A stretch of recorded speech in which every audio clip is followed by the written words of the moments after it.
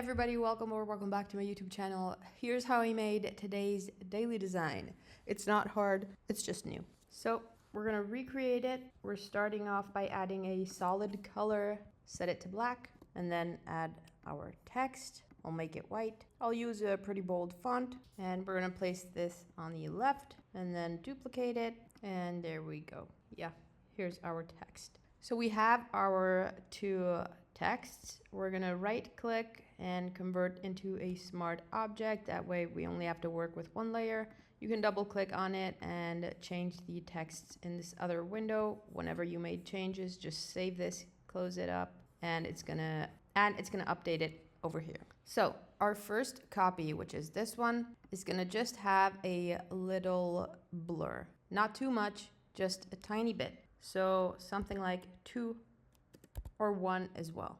We're then going to, let me move this out of the way. We're going to duplicate this layer. You can just drag it onto the plus sign or press Command J on a Mac, Control J on a PC. And then we're gonna select our bottom copy and adjust the blur to 5.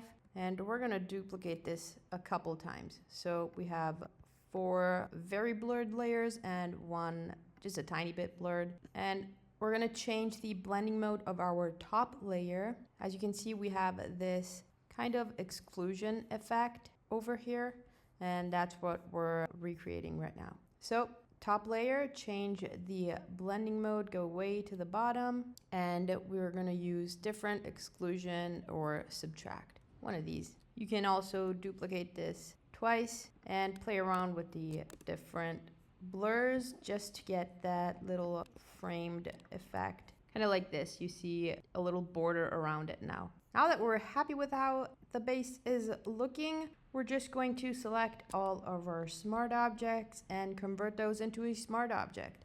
Pretty easy and straightforward for now. We're going to duplicate this again and grab our rectangular marquee tool, which is over here. You can also press M on your keyboard. And we're just going to select the bottom part of this, Command T to transform it. Now let's zoom out a little bit, and we're gonna stretch it all the way down. Command D to deselect, and there we have the effect starting to build up. Do the same thing with this other text, stretch it all the way up, deselect it, and we can place this stretched layer behind the other one. That way we have this sort of a separation. And once we are happy with how it's looking, I kind of don't want this border to be so evident.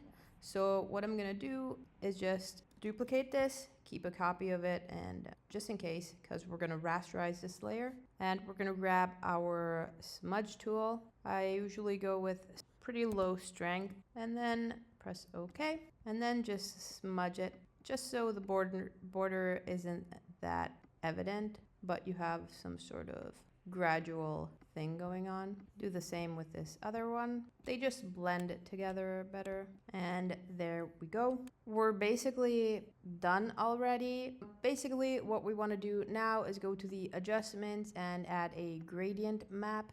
Click on the gradient, just double click on the color. I'm going to sample them right here so we get the same colors I used. But you can obviously choose whichever colors you prefer.